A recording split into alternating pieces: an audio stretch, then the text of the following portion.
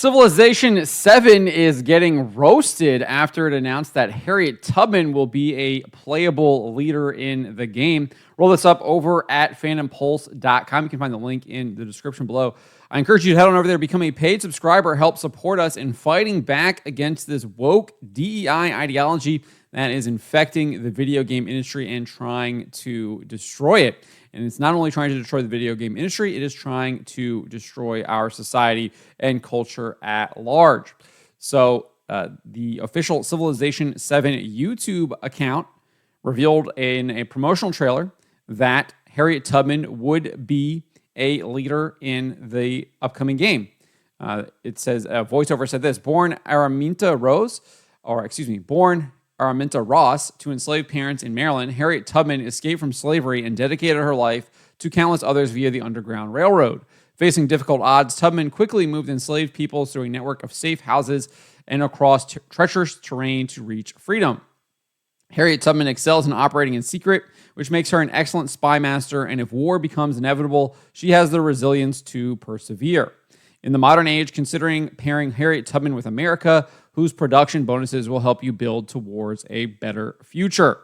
The trailer was already getting downvoted when I wrote this article earlier this morning. You can see it had 56,000 views, 2.4 thousand up likes, and 2.5 thousand dislikes.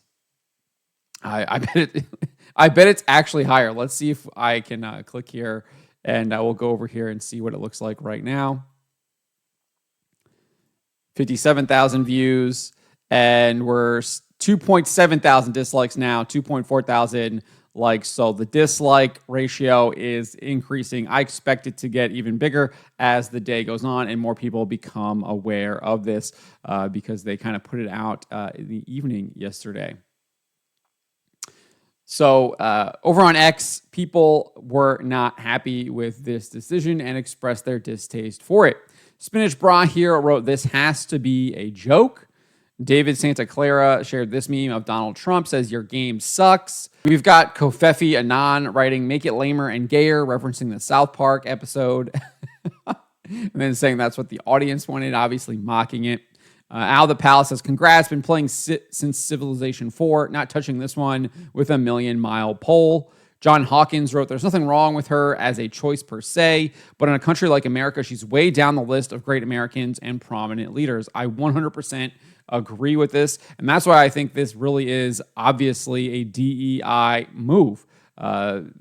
It's very apparent. Why would you not choose someone like Andrew Jackson? Why would you not choose Ulysses Grant? Why would you not choose Dwight Eisenhower? Those names come to mind. Obviously, they've already done George Washington. They've done Abraham Lincoln. We've seen the Roosevelts in previous games as well. But, I mean, clearly, I think Andrew Jackson, war hero, War of 1812, defends the city of New Orleans, becomes the president. You look at Dwight Eisenhower, also a war hero, leads the Allied forces in World War II and then becomes the president of the United States.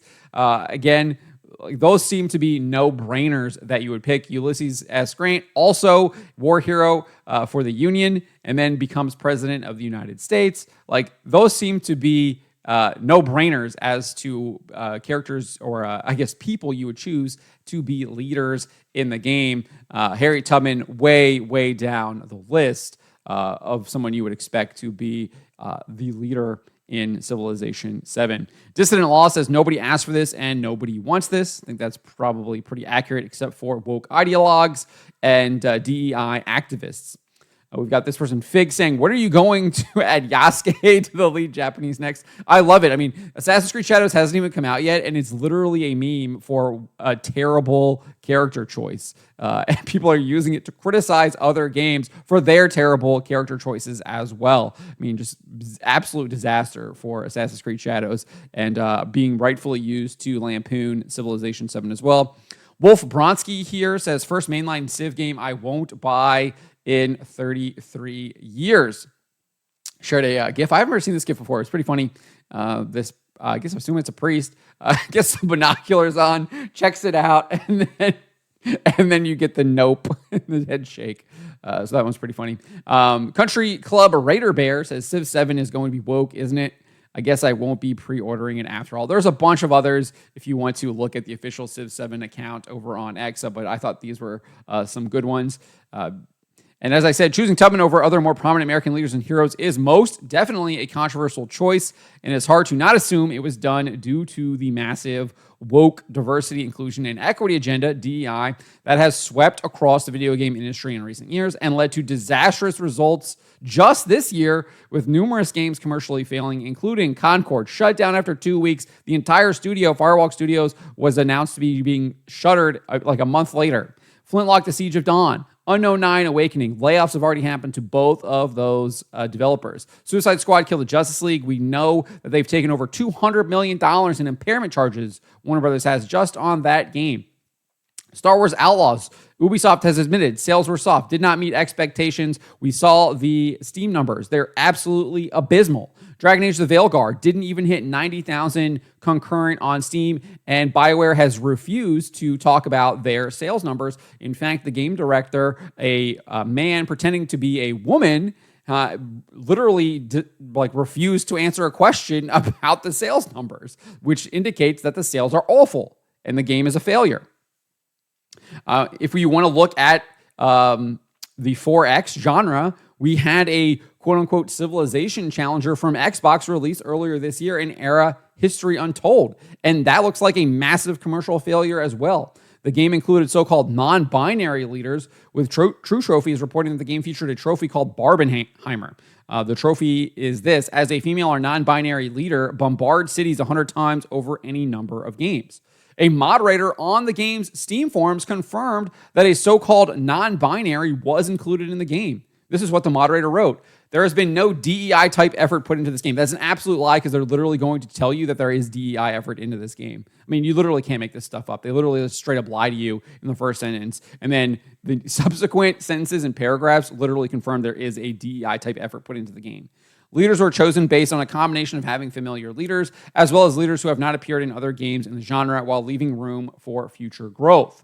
Leaders in this game don't have sex or gender. That's utterly ridiculous. I mean, they have Joan of Arc. Joan of Arc is a woman. They do have sex or gender. Again, trying to gaslight people. It's not that type of game. The closest you get to it is with pronouns for strings: she, he, and all leaders use she or he or him or her. So they literally do have sex or gender. Like, what are you even talking about? Why are you straight up lying about that? I mean, this is what we're dealing with here. These people don't even know what they're even talking about, and they're just straight up lying. There is modding support for other genders if players wish to add non-binary leaders, or if the community asks for such leaders, which is why there is an achievement that supports that. I don't believe you. I mean, there's modding support, so you do have non-binary leaders, and you do have a DEI type effort put into the game. Like, what are you even talking about? This is coming from a moderator on the official Steam forums for this game.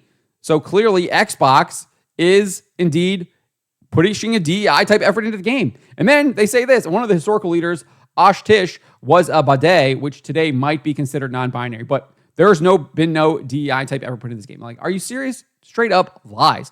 And people saw through this. It bombed. Like, look at this. The peak concurrent, when it launched at the end of September, only hit 4,262 players. Look at the last 24 hours, 166 total commercial failure for this game. Now, I don't think Civilization VII is going to be as bad as this. Obviously, you can see what Civilization VI is doing. It hit a peak concurrent of 162,657 back in October 2016 when it released. In the most recent 24 hours, it did hit a peak of 54,988. And then we can go back to Civ 5. Peak concurrent all-time of 91,363, and even in the last 24 hours, there was 16,896 people playing. And then even Civ 4, obviously, probably most people hadn't adopted Steam when this game came out. 2,314 all-time peak concurrent, 787 24-hour peak. I mean, it's still doing better than that Aura History Untold with a 24-hour peak, but clearly, I think gamers are going to reject this. We will see if it hits this 162,000. Now, obviously, again, that was 8 years ago. There's more people than ever playing via Steam, so it is possible that it gets over this. But this is a very big red flag, choosing Harriet Tubman over people like Andrew Jackson, Dwight Eisenhower, or Ulysses Grant, just to name a few. And I think that if it doesn't hit this, I think it's a failure. I think if this game does not get over 162,657 all-time peak, I think we can definitively say that this is a failure for Firaxis and the Civilization franchise, because you should be doing better than your previous entries. You should be improving upon it. You should be improving gameplay. You should be creating a better experience. And I think this is going to be a huge factor too in the success of this game, is the fact that there are still so many people playing these previous games. I mean, almost 55,000 24-hour peak for Civ 6, and then almost 17,000 24-hour peak for Civ 5. People are willing to play their back catalog than play a game that has the DEI woke agenda, and choosing Harriet Tubman does indeed look like that is what we're going to get in Civ 7. It's going to have this DEI and woke agenda into it. And I didn't even get into the fact that they have some kind of like Fortnite dance when you like capture a mine. So you're getting like that kind of cringe in the game as well.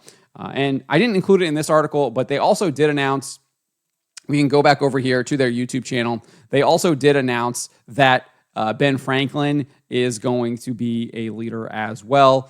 So I actually think that's a fine pick. Ben Franklin, obviously a diplomat, political leader, revolutionary, etc. Makes sense for him to be chosen.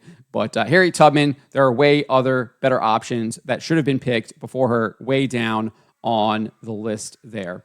And I think the reason why she was chosen is because of the DEI agenda that these companies are pushing. But let me know what you guys make of this. Let me know in the comments below. Remember to always be charitable, especially to each other, and to always, always speak the truth.